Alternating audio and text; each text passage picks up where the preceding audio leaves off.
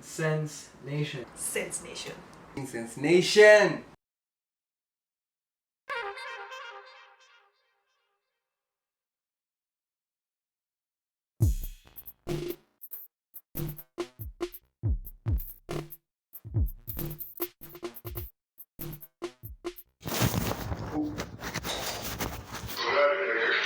This is Sense Nation. Sense Nation.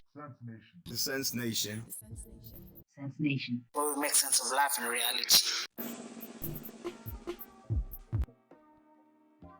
Ask, what are your simple joys of life? Oh, simple joys of life. Wow. I'm not really a hard guy to please. I keep telling my wife, she knows. I'm a very simple guy to please. You just smile at me and I have a good day. But anyway, my simple joys of life, I would say right now, because I'm a family man, I think overall for me, it's spending time with my family. I think that's really like the simple joy. And I don't really want to say simple as such. Yeah, but it's not just the joy of you don't have it doesn't have to be words. It doesn't have to be premeditated upon. Hits you. Yeah, that's true. So spending time with my family is quite a good time. I love staying with my kids, and of course spending time with my wife. It's good. Quarantine has really pushed for that point. yeah, I would say really having a good time for us. But I've never had a struggle. When it comes to us, myself and my wife, I don't feel we really had a struggle spending time, because when we met, that's what we did. We were friends first before we got to be together. Yeah, you get that sense, man. Become friends, then yeah. Yeah, that's true. That's true. Yeah. Some of the things I also want to talk into this show is because you're covering life and reality, the reality of a man, the reality of a husband, the reality of a father, and I think I've met your kids and like, hey, dad, and met your wife also. Yeah. And, you have an amazing family. Thank you. Let's just say. What does it take? Because also out here, it's not the easiest road. It's not the easiest road to be a man. It's not the easiest road to be a father. Yeah, for sure. Especially in these times, a husband. Sure. Yeah. So, what are the simple? If you have to put it into 3 points that you can say. 3 points that any man will listen and be like, those are 3 points I can't forget. Which do you think can cover to help our man within those being a man, being a father, and being a husband? Okay, I think that's a very broad question and a very broad topic. And it's broad. Yeah. Those three, and remember, we're trying to help. You try to help ourselves and also the people who are not even there. Yeah. Because it is sad when you look out here, you be like, that's for sure. That's for sure. Yeah. Yeah, we need to hear more of these things. Yeah. More of these stories. Yeah, that's true. I think again, I would say it's a broad topic, but again, I would also say that I'm not the authority on this. So I'll just give you a personal experience. I think everybody who's married, everybody who has who has children, and everybody who is in a relationship, a committed kind of relationship, would speak based on the experience that they have. I met my wife in campus. So for us, it's like, a college story on its own. Yeah. And and then we grew together, we became friends, then the friendship led to what we have now. Advice, I would say, in marriage, I would say take time. For those of us who want to get married, for the guys who want to get married, I would say for men, I would say just take time. There's a lot of I would say there's a lot of cons. Rather, there are a lot of cons out here in the name of people who are looking for relationships. So take time with yourself. There's no rush in marriage. They say that great things take time, and marriage is great. So if you want to have a good marriage, just take time with yourself, discover yourself, know what you want as a man, and talk to fellow men. I would say having somebody who can show you the ropes, rather someone who can tell you this is exactly what you need to expect in a marriage, is good also. So take time, have a mentor, sort of a mentor in the same, and be around people who are married so that you're able also to learn I say the biggest lessons come with what people are not able to tell you, but what people show you. So yeah, so get to learn that. I would say again about the kids, I would say children are a big responsibility, because now it happens in two ways. Once you get married, that's a responsibility on its own. That's one world on its own. Then you being a father, or you being a mother, or you being a parent is another world on its own altogether. So you're handling two things at the same time. No, actually, now Yeah. two extra, because now man, now husband, now father. Exactly. Those are three things. So I would say with kids, I don't think everybody has the formula to how you should raise kids. But I would say the way we raise kids, for me, I would say I really try and push on morals and faith and all that, because I know it all comes down to that.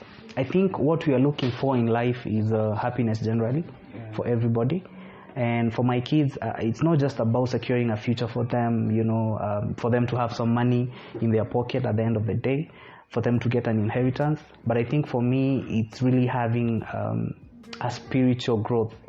I'm really focused on their spirituality rather.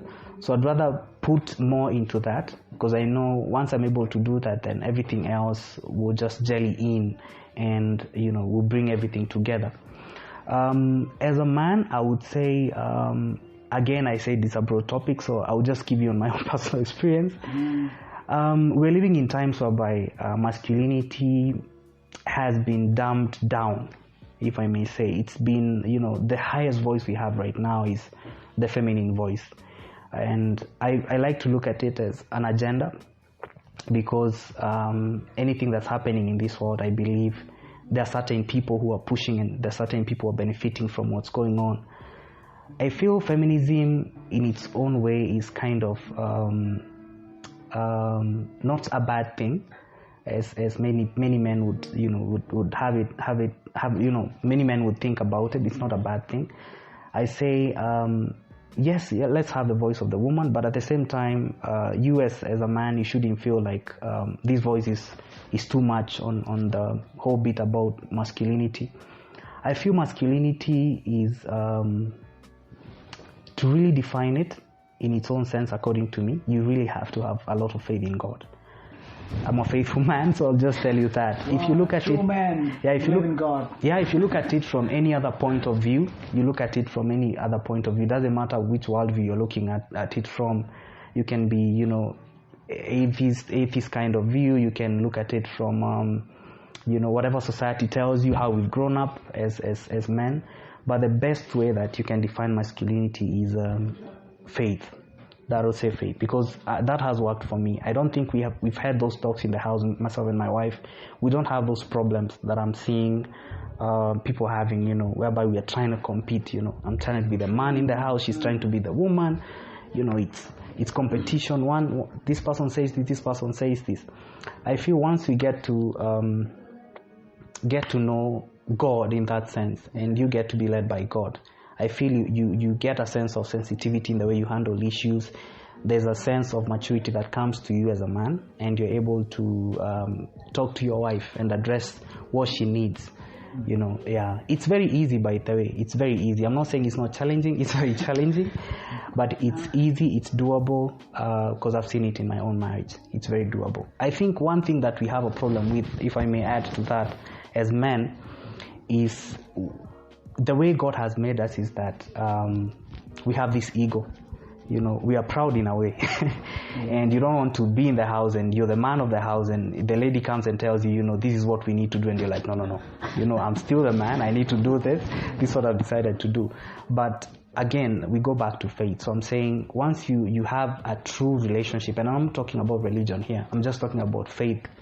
If you have faith and you have some relationship with God, there's a transformation that comes to your heart, and there's a way you receive issues. Once you're in the house with a woman and she shouts at you, or she says something that doesn't please you, or she does wrong to you, then you're able to take it up because you have a foundation, and that foundation. You have content.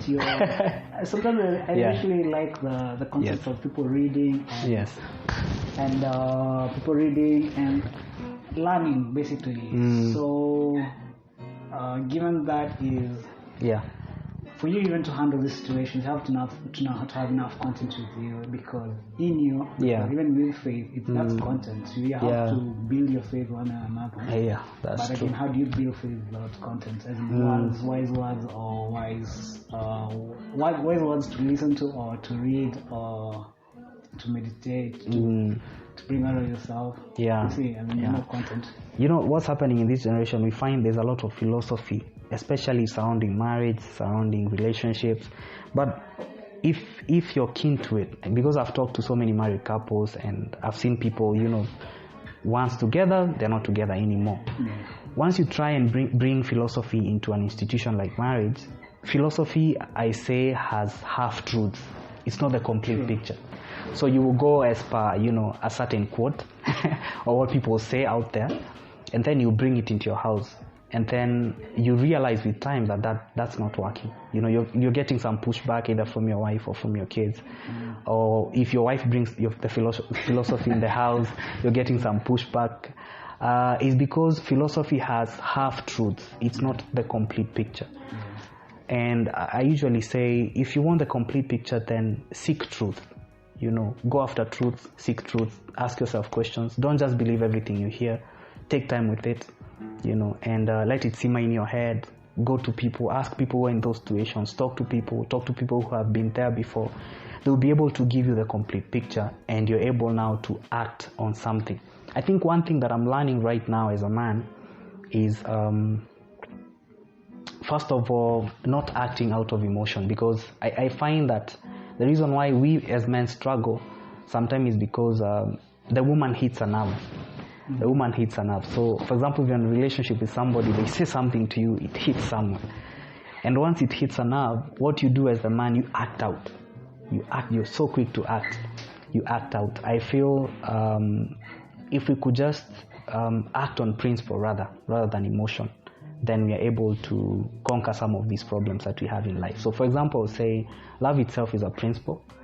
So if someone angers you and you act out of anger and you're not guided by love as the principle, then you might destroy something that you have going on. Maybe you've taken 5 years to get somewhere, then that thing, is destroyed just because you acted out of emotion.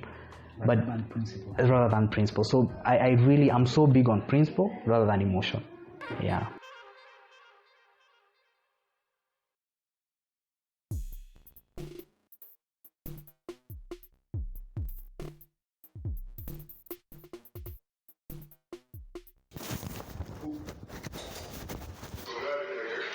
This is Sense Nation. Sense Nation.